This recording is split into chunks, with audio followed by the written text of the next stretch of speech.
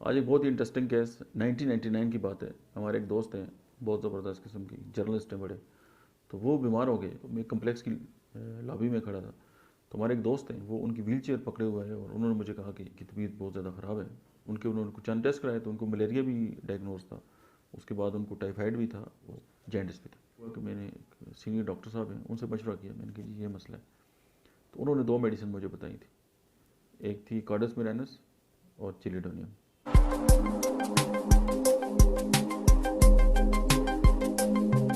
बिस्मिल्लाहिर्रहमानिर्रहीम, अस्सलाम वालेकुम। मेरा नाम डॉक्टर अहमद एजाज है और मैं सिविल क्लिनिक से बड़वास से आपसे मुखातब हूँ।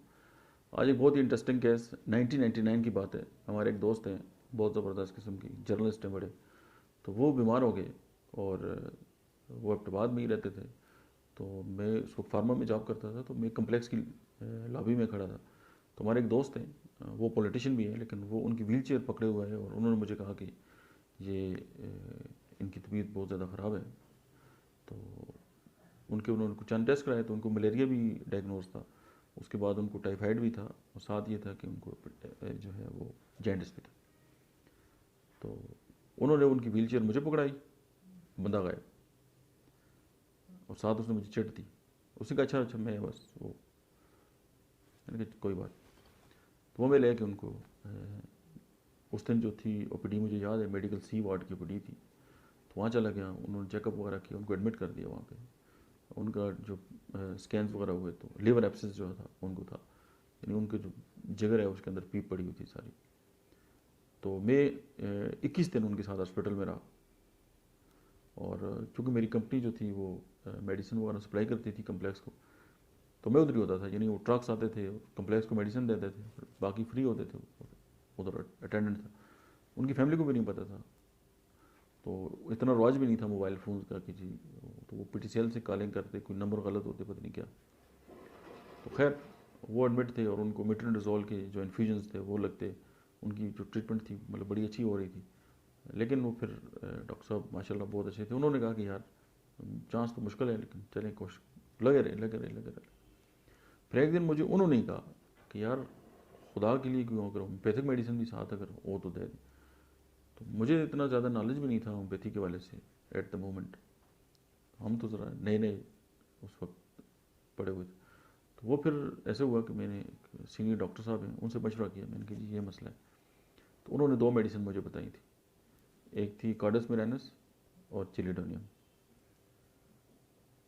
कि यार ये दो मेडिसिन है, यही दे दो बस। तो मैं एबटाबाद में आया तो वहाँ पे एक स्टोर था। तो वो उस वक्त जो थे बायरॉन की जो मेडिसिन थी ना, वो लीटर पैक आते थे, वो खुली उसको बेचते थे।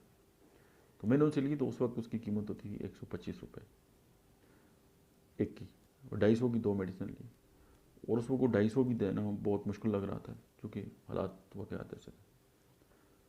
तो उनको जाके हमने ये स्टार्ट करा दी, सुबह और शाम, और सुबह और शाम। और तो अगले कोई 3-4 दिनों में उनकी जो है वकाया पलट गई। और वो हैरान थे ये एब्सेस चला कहाँ गया। और उनका जॉन्डिस ख़त्म हो गया, उनकी बॉडी की जो वीकनेस थी वो ख़त्म हो गई, उनकी पस गायब हो गई। अब इसमें क्रेडिट ये नहीं है, एलोपैथी इलाज भी साथ चल रहा था, वो भी बेहतरीन हो रहा था, साथ ये था। लेकिन वो स्टेगनेंट था, वो रुक गया था। वो उस तरह हमें कामयाबी नहीं मिल रही थी, नहीं वो पस ख़त्म हो रही थी। और पस के वाले से कभी भी मेरा ये एक्सपीरियंस नहीं रहा कि ये इस तरह हो। अगर एपर सल्फ होती तो मुझे समझ आती, स्लीशे होती तो मुझे समझ आती, कलकरिया सल्फ होती मुझे समझ आती, मायरस्टिका होती मुझे समझ आती। लेकिन सिर्फ चिलिडोनियम और कार्डस मिरानस, ये हमने उनको रिपीट कराई और बार बार रिपीट कराई। यानी कि वो 30 ml की बॉटल होती थी, वो चलती थी महीना। तो वो इस्तेमाल करते रहे। उसी से वो ठीक हुए, उसी से वो घर चले गए। और आज तक दोबारा उनको ना तो जॉन्डिस हुआ है, ना मलेरिया हुआ है, ना टाइफाइड हुआ है।